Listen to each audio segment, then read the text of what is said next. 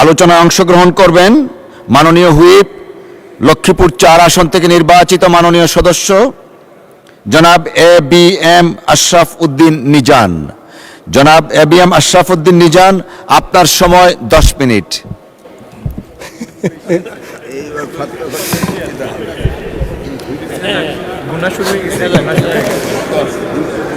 আউযু বিল্লাহি মিনাশ শাইতানির রাজিম। বিসমিল্লাহির রহমানির রহিম। মাননীয় স্পিকার, আপনাকে ধন্যবাদ। আমি সর্বপ্রথমে আপনাকে জানাতে চাই, হাউসকেও জানাতে চাই, সারা বাংলাদেশের 18 কোটি মানুষকে জানাতে চাই, আমাদের 71, আমাদের 90 এবং আমাদের রক্ত ভেজা এই সেদিন ঘাসের মধ্যে এখনো লেগে আছে জুলাই বিপ্লব। এই বিপ্লবে যারা আত্মাহুতি দিয়েছেন তাদের সকলের আত্মার মাগফিরাত কামনা করি। মাননীয় স্পিকার, এই সেদিন কুরবানের আগের সপ্তাহে আমি বেস্তিনি হসপিটালে গিয়েছিলাম ব্যাংককের জুলাই যোদ্ধাদেরকে দেখার জন্য। সেখানে অনেকের সাথে কথা হয়েছে। এক তরুণ হুইল চেয়ারে বসে আছে, ওই জুলাই যোদ্ধার পাশে একজন তরুণী। আমি ভেবেছিলাম হয়তো বোন কিংবা কোনো আত্মীয় হবেন। এই জুলাই যোদ্ধা আবু সৈয়দ যেদিন নিহত হয়েছেন সেদিন সে গুলি খেয়েছিলেন। যখন কথা বলতেছিলাম প্রাসঙ্গিক ক্রমে ওই তরুণী বললেন, ইনি আমার স্বামী। আমি বললাম, কবে বিয়ে হয়েছেন? বলে যে 36 জুলাইয়ের পরে।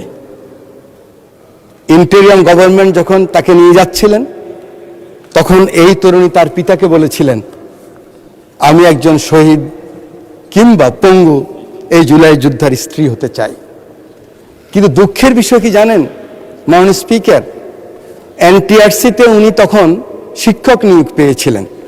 একজন ইউনো সাহেবের কাছে গেলেন যে আমার স্বামী ব্যাংককে নিয়ে যাবে।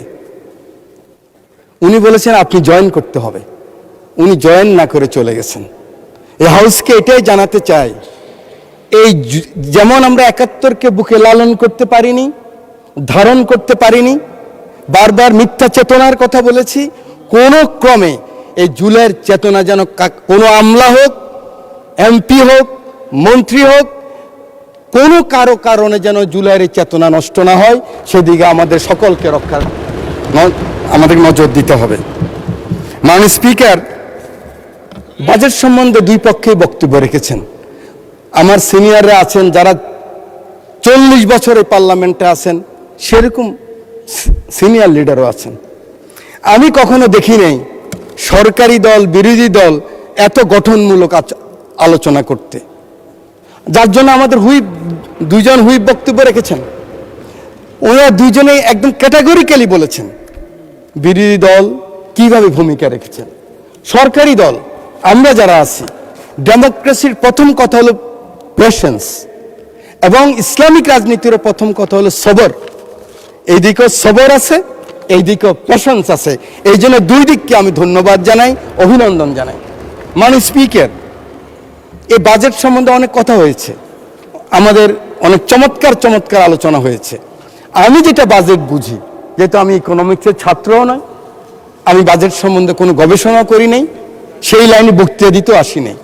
আমি এসেছি আমার মানবিক প্রধানমন্ত্রী, যিনি এই হাউসের নেতা, তিনি কিন্তু এই পাশের নেতা নয়, তিনি দুই পাশের নেতা। বিরোধী দলের নেতা, তিনি এই পাশের নেতা। এই চেয়ারকে ঘুরিয়ে যখন হাউস অব দ্য লিডার বলে, লিডার অব দ্য হাউস বলেন, এই চেয়ারের উত্তাপ আমি বুঝি। এভাবে যখন উনি বলেন এই সবুজ চেয়ারের উত্তাপ আমি বুঝি, আমি মনে করি আমার সরকারি দলের মন্ত্রী থেকে শুরু করে আমার মতো হুইপ বা এমপি পর্যন্ত ওনার অ্যাটিটিউড কি আমরা বুঝি, আপনারা নিশ্চয়ই বোঝেন। উনি যখন বলেন 36 জুলাইয়ের পরে 37 জুলাইতে উনি যখন পল্টনের জনসভায় বলেন, আমরা এমন কোনো কাজ করব না যে কাজে অন্য ক্ষতিগ্রস্ত হয়। কোট, উনি বলেছেন আমরা আমাদের কোনো প্রতিহিংসার কারণে, কোনো হিংসার কারণে যদি অন্য ক্ষতিগ্রস্ত হয়, তাহলে আমাদের যে মিশন, আমাদের যে এই যে জুলাই যে আকাঙ্ক্ষা, সে আকাঙ্ক্ষা পূরণ হবে না, আনকোট। সেদিনই বাংলাদেশের বিএনপি এবং জোটের এবং আমরা যারা আছি সবাই আমরা বুঝে গিয়েছি আমরা কি চাই।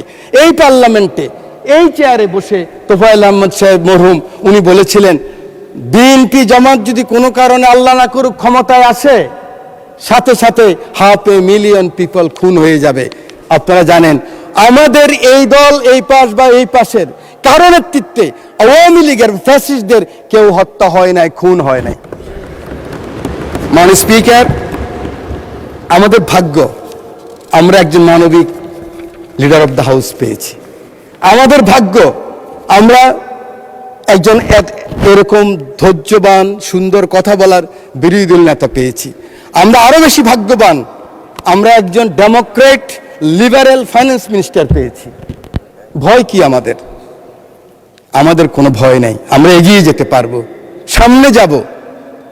শুধু আমাদের প্রয়োজন আমরা ঐক্যবদ্ধ আছি কিনা, জাতীয় ঐক্যের ব্যাপারে আমরা একমত আছি কিনা, আমাদের সভরেন্টির ব্যাপারে, স্বাধীনতার ব্যাপারে, সার্বভৌমত্বের ব্যাপারে আমরা একমত আছি কিনা। এখানে যদি থাকি কোনো অপশক্তি আমাদেরকে নিঃশেষ করতে পারবে না, ধ্বংস করতে পারবে না। মাননীয় স্পিকার, মাননীয় স্পিকার, আমি শুধু বলতে চাই এই সংসদে আমরা যারা এসেছি 300 জন আমরা ভাগ্যবান।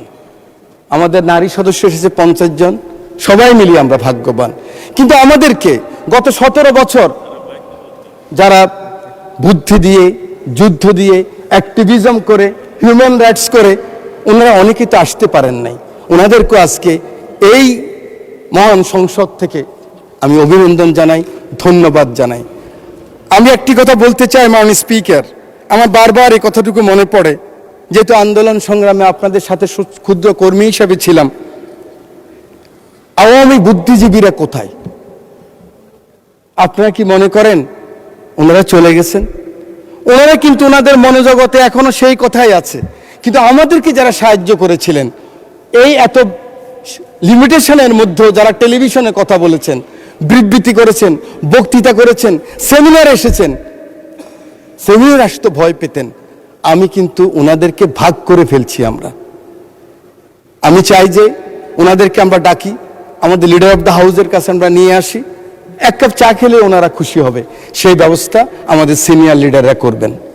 মাননীয় স্পিকার, আমার এই ডান পাশে ফাঁসির দণ্ড পেয়েছিলেন, বাম পাশে ওই বসা আছেন ফাঁসির দণ্ড, আমার এখানে আছে ফাঁসির দণ্ড, আমার পিছনে আছে সালাউদ্দিন কাদের চৌধুরী সাহেবের ছেলে, মীর কাসেম আলী সাহেবের ছেলে, মাননীয় সংসদ সদস্য।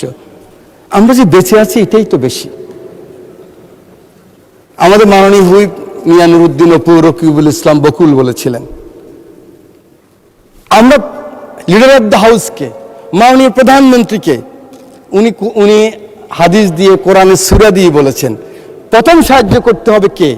প্রথম সাহায্য করতে হবে আমরা যারা এই পাশে বসে আছি, আমরা যারা ক্যাবিনেটে আছি, আমরা যারা ওনার পাশে থাকি, আমরা প্রথম সততার সাথে, নিষ্ঠার সাথে আমরা শপথ গ্রহণ করতে হবে যে না, এমন কোনো কাজ আমরা করব না যেই কাজে বিএনপি এবং বিএনপির নেতা মানুষের কাছে কখনো অপমানিত হন। এই শপথ আমাদেরকে গ্রহণ করতে হবে। এই শপথ করতে যদি আমরা রাজি থাকি, আমরা আমাদের মনোজগতে যদি নিয়ে আসি যে না, আমরা ইনসাফে থাকব, আমরা হকে থাকব, আমরা আমাদের একাকার সাথীদেরকে কিন্তু ভুলে গেছি, অনেকে আসতে পারেন নাই। আমরা গত 17 বছর মাননীয় মহাসচিব মহোদয় রাস্তায় কান্না করেছেন, ওরা কিন্তু এখনো ঘুরছে, কিন্তু ওদের কোনো আস্থার জায়গা নেই। মাত্র 4 মাস, আমি জানি আমার একজন মাননীয় সংসদ সদস্য এখান থেকে বলেছেন ওদের জন্য প্রকল্প গ্রহণ করা উচিত, ওদের ব্যবস্থা করা উচিত। এই পাশে যারা ক্ষতিগ্রস্ত হয়েছেন আন্দোলন সংগ্রামে যে কর্মীরা, ওদের জন্য ব্যবস্থা করা উচিত। তখনই হবে আমার নেতা তারেক রহমানের সবার উপরে বাংলাদেশের যে আকাঙ্ক্ষা, সে আকাঙ্ক্ষা পূরণ হবে। আমার বক্তব্য শেষ। আমি শুধু আমার রামগতি কমলনগরের অসহায় মানুষ যে সমর্থন দিয়ে কষ্ট করে আমাকে বারবার এই সংসদে পাঠিয়েছেন, মহান রব্বুল আলামিনের কাছে শুকরিয়া। আমি কিন্তু একবারও পরাজিত হই নাই। যে ভোটে পরাজিত হচ্ছে ওই ভোট আমি করিও না, আমাকে করতে দেওয়া হয় নাই।